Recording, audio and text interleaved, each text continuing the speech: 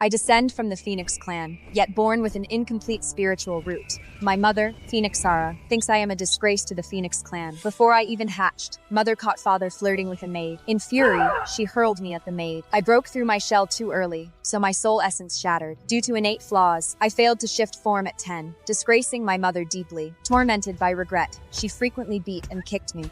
What sin did I commit to get a worthless fool like you? She glared at my battered, silent form, growing even more furious. How much shame you bring me! Why won't you die? I'll be driven to death by you! She summoned Phoenix True Flame, intent on incinerating me. She deserves no mercy, but drilling your own will bring you clan disgrace and harsh retribution. I can't stand it. Sort it out. She disgusts me. Just give her away. Far from sight, far from trouble. Father was filled with distress, comforting her softly. I care not if she lives or dies. Ensure I never lay eyes on her face again for all eternity. The handmaid Mama Avia, who has served the family for 100 years, is retiring. Mother presented her with a carriage and 10 sacks of crystals, then abandoned me to Mama. Mama Avia, doesn't Mother want me anymore? Once you grow capable, your mother will accept you.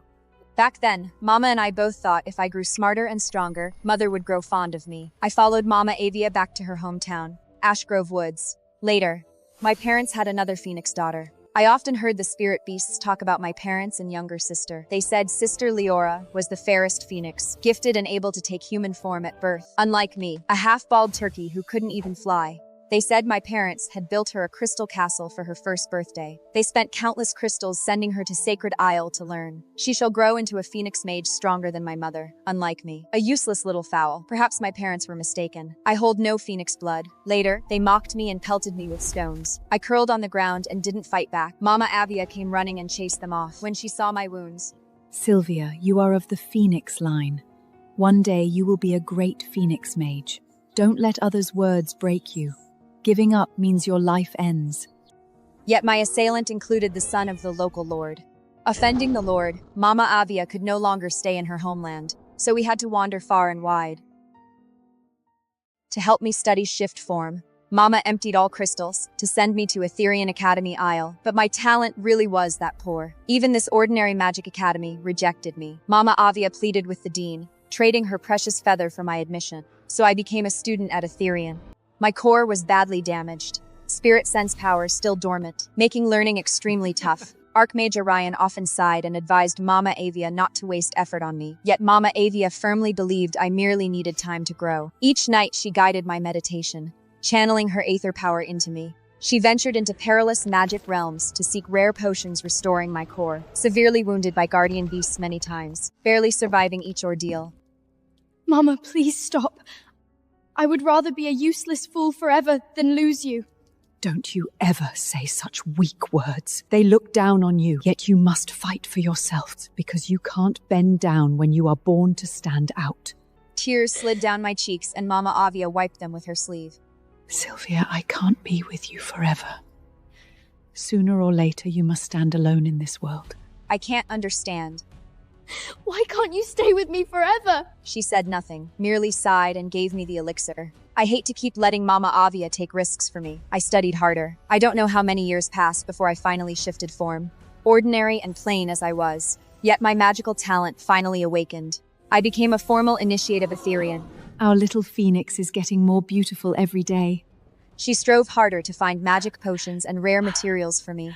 My heart aches seeing her injured in pursuit of the elixir, and I pray she quits, yet she simply said, "This magical realm is too secluded, and I'm picking herbs for you on the way." I asked her once. If I grew strong, would Mother and Father love me the way they love Leora? Her eyes went dim for half a breath, and then the warm smile returned. Of course. Our Sylvia is so good. Who could not love you? That night, Mama Avia sat before her scrying mirror. Through the crack of the door, I watched her speak with someone. The mirror showed a regal woman. She was combing the hair of a young girl who looked uncannily like me. Her face held a tenderness I had never seen. When Mama Avia asked if she might bring me home to the Phoenix realm, she said indifferently, "I've told you 100 times. I won't see her. Don't pester me about her. I already disowned her." She swept her hand, and the mirror shattered. And I finally understood. It was not that I was not good enough, not that I had not tried hard enough. It's just that Mother never wanted me, never regarded me as her daughter. It doesn't matter. Phoenix Fire was never my home. It was enough that Mama Avia loved me.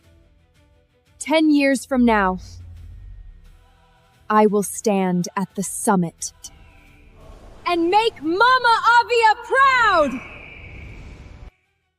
Since I successfully took human form, it felt like I suddenly understood everything, from a low-level mage to a top-tier mage. It only took me 100 years. I became the strongest initiate Etherian Academy had ever produced. As the realm tournament drew near, my master took me and fellow disciples along. It was the first time I had left Etherian. I found Leora surrounded by admirers. Sylvia, that girl looks a lot like you. Before I could answer, an Azure Spire disciple sneered.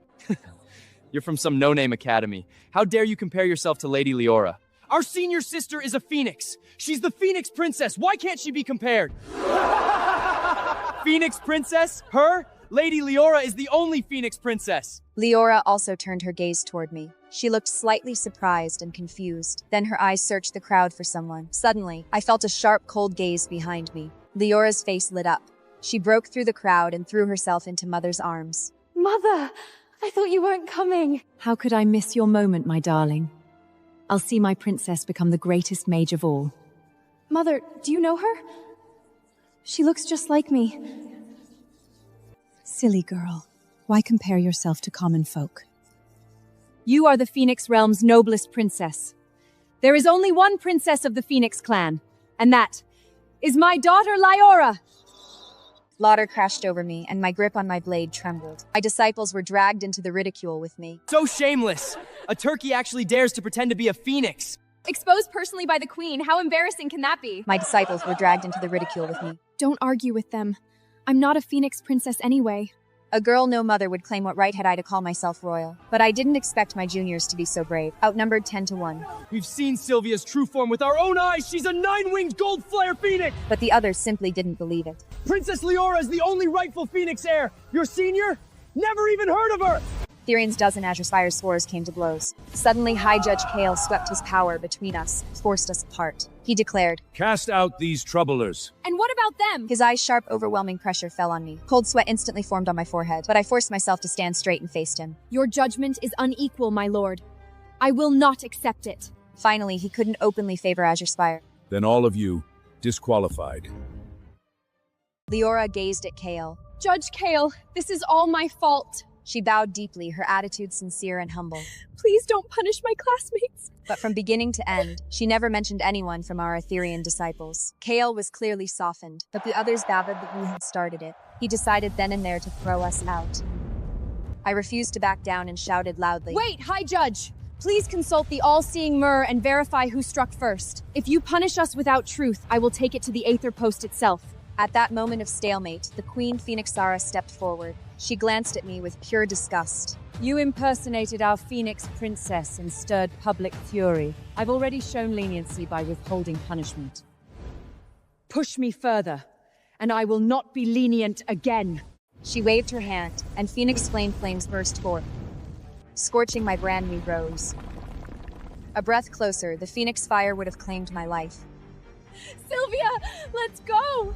I gently pried her hand off, stepped forward. You trying to use your pally to beamwig you? When did I ever impersonate Phoenix's princess? If she dares accuse me of impersonation, I'll expose her lies publicly. Let the world see how she harmed a child and abandoned me. She avoided my gaze, feeling guilty. Aetherian is some no-name school. Don't try to make a spectacle to gain notice. This tournament is no place for low-grade mages to run wild. If you overestimate yourself, and the price will be your blood. Ignoring the contempt around me, I stared straight into her eyes. How about a bet, Queen of Phoenix? If I defeat your precious daughter, you publicly apologize to me. I admit I couldn't swallow this humiliation. She damaged my magic core, despised me, tortured me, and finally abandoned me. Now she insults me and humiliates me in public again. If she thinks I'm a useless fool, then I will make her see it clearly for herself. How this useless daughter defeats the princess she raised like a treasure. The queen froze, then sneered. You overestimate yourself. You won't even make it through the qualifiers. Are you afraid to make the bet? Afraid your prized princess will lose to a nameless turkey? I'm not afraid of you! Fine! If you want to die, I will not stop you. But what if you lose? Then I will destroy my own core and cut all ties with you forever. Her pupils shrank. Panic crossed her face for an instant, confused eyes fixed on us, as if people began to realize something. Fine, I accept. Leora, if you meet her in the arena, don't hold back. But as the Azure Spire disciples left, they threw down a threat. First round of the elimination! No one is allowed to touch anyone from Aetherian! They are our prey from Elu Spire! My disciples sagged. Sylvia, we shouldn't have spoken up and caused problem. What do we do now? They'll definitely try to kill us! The realm tournament forbade killing, but in chaotic melee ether power can slip. Disciples did die, and nobody mourned the losers. The path of power was always every mage is supposed to know this. Maybe we should just admit defeat and withdraw? No more coward talk like that. We'll never flee in battle. We can't let Aetherian become the laughingstock of the magical world. Don't be afraid. Stay behind me. Unless I'm dead, no one touches any of you. She wailed and threw herself at me. Sylvia, it's all my fault. I should have held my tongue. When the round began, as expected, all the other academies deliberately avoided us. Azure Spire students surrounded us. One of them turned to Leora. Leora, just watch from the side. I'll take care of this group of trash for you. Leora was protected like a mascot. I summoned a thick barrier and shielded my disciples inside. Even united, you stand no chance. How dare you fight alone? You're clearly ready to die. If that's the case, I'll grant your wish. Everyone step back. I alone am enough to deal with her. Thank I you. smiled at him. He froze for a moment, slightly dazed, but still raised his wand and attacked me. In the blink of an eye, I passed by him. My palm slapped flat against the small of his back. The battle ended so fast that no one even had time to react. He slumped, stared back at me in disbelief, and passed out. Only then did everyone finally react with rage. That witch must have used dirty tricks! Everyone be careful! Attack her together!